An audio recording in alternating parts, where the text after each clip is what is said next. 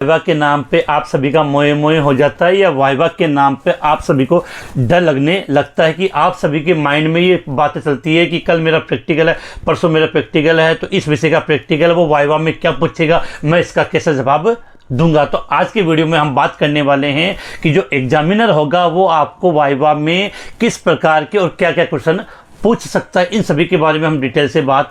करेंगे। तो जो स्टूडेंट फर्स्ट बार इस एम की पोस्ट यूट्यूब चैनल पे आए हैं वो चैनल को लाइक शेयर और सब्सक्राइब करना ना भूलें। वाइवा के लिए हम समझते हैं कि चाहे आप केमिस्ट्री फिजिक्स बायोलॉजी किसी भी सब्जेक्ट से हो, जब आपका प्रैक्टिकल होता है तो उसमें वाइवा के नंबर होते हैं, लेकिन नंबर बहुत कम नज़र आते हैं, लेकिन ये नंबर पूरे आपके प्रैक्टिकल को प्रभावित करता है। जिन बच्चों का वाइवा अच्छा जाता है उनको ये देखने को मिलता है कि उनको प्रैक्टिकल में नंबर भी है वो भरपूर मिलते हैं। तो वाइवा के अंदर वो सबसे पहले तो आपसे ये क्वेश्चन पुटअप करता है कि आपने जो प्रैक्टिकल किया है, आपने जो प्रैक्टिकल की जो कॉपी है उसमें 3, 4, 5 जितने भी प्रैक्टिकल किए हैं, उन प्रैक्टिकल से रिलेटेड आपसे वो किसी भी प्रकार का क्वेश्चन पूछ सकता है कि आपने कौन कौन से प्रैक्टिकल किए, इन प्रैक्टिकलों में कौन कौन सी रिएक्शन हुई, इन प्रैक्टिकलों में कौन से अपरेटस काम में लिए, अगर कहीं केमिकल काम में लिया तो उस केमिकल का फॉर्मूला क्या है, कोई भी उपकरण लिया तो उसके बारे में उसका सिद्धांत, वो सब बातें आपसे पूछ सकता है। कहने का सीधा सा मतलब यही है कि आपने जो बोर्ड की प्रैक्टिकल कॉपी में जो आपने वर्क किया है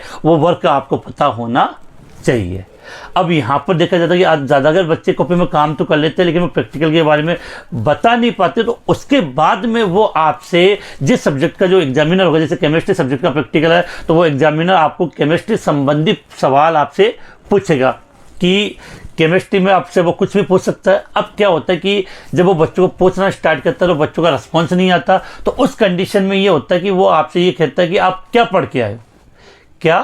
पढ़ के आए हो। तो उसका एक ही होता है कि जब भी अपना जिस सब्जेक्ट का अपना प्रैक्टिकल होता है उसके 2 चैप्टर आप याद करो, अगर 2 भी नहीं होते हैं, बिल्कुल निठल्ले हो आप, आपसे 2 चैप्टर भी अगर याद नहीं होते तो कम से कम आप 1 चैप्टर याद करके चले जाओ। जब एग्जामिनर पूछे आपको कुछ भी नहीं आए तो आप लास्ट में कहोगे सर मैं तो आज ये चैप्टर पढ़ के आया हूँ और आप इसमें से मुझे क्वेश्चन पूछ लो, मैं बता दूंगा। फिर आपको लाजमी वो होगा कि वो उससे आपसे उस चैप्टर से आपसे क्वेश्चन पुटअप करेगा। लेकिन ये भी ना हो कि आपने जिस चैप्टर का नाम लिया और उससे उसने सवाल पूछे और उसमें भी आप टाई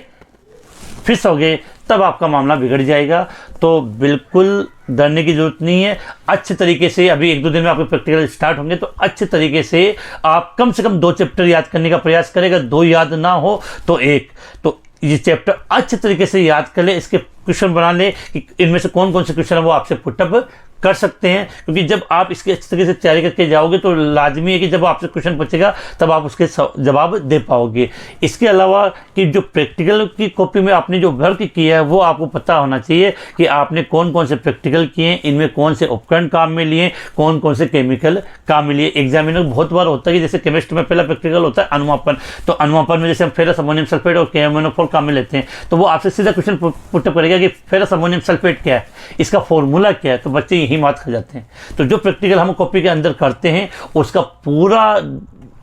जो प्रोसेस है उसमें जितने भी केमिकल है, अपरेटस, जो भी चीज़ें हैं वो सब के बारे में हमें पता होना चाहिए। फिर भी मान लो वो चीज़ें याद नहीं होती तो मैंने कहा कि सबसे बढ़िया तरीका है कि 2 चैप्टर है वो अच्छे तरीके से घोट के चले जाओ और वो आप बता के दोगे तो आपके वाइवा में कोई परेशानी नहीं है। तो वाइवा से डरने की ज़रूरत नहीं है, बस थोड़ा सा आप सब्जेक्ट अच्छे तरीके से तैयार कर लोगे तो आपकी कोई परेशानी नहीं होगी। लेकिन बस मेन परेशानी कहाँ स्टार्ट होती है कि वाइवा के नाम पर जब एग्जामिनर आपसे सवाल पूछता है और जैसे वो सवाल पुटअप करता है तो नॉर्मली बच्चों के साथ बच्चे को एक ही जवाब होता है, अल्लाह मैं तो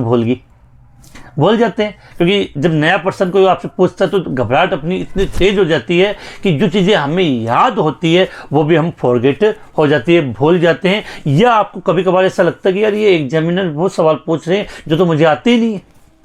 नॉर्मली आप नहीं पाएगा कि आपने चैप्टर पढ़ा आपको अच्छे तरीके से याद है, लेकिन एग्जामिनर जो पूछता है वो आपको याद ही नहीं है, मतलब उस समय माइंड क्लिक नहीं करता कि इसका आंसर कैसे देना है। कि जरा से उसने घुमा के पूछ लिया तो वहाँ अपना माइंड क्लिक नहीं कर पाता क्योंकि वो घबराहट रहती है। अगर आपने उस घबराहट को कंट्रोल कर लिया है तो बिल्कुल आपका माइंड भी फास्ट काम करेगा और आप जो एग्जामिनर आपसे क्वेश्चन पूछेगा उसका आप आसानी से आंसर दे पाओगे। तो इसका एक मैं अलग से और वीडियो बनाऊंगा जिसमें हम टॉपिक वाइज बात करेंगे कि किस प्रकार से एग्जामिनर आपसे क्वेश्चन पूछ सकता है। इसी के साथ हम इस वीडियो को यहीं समाप्त करते हैं।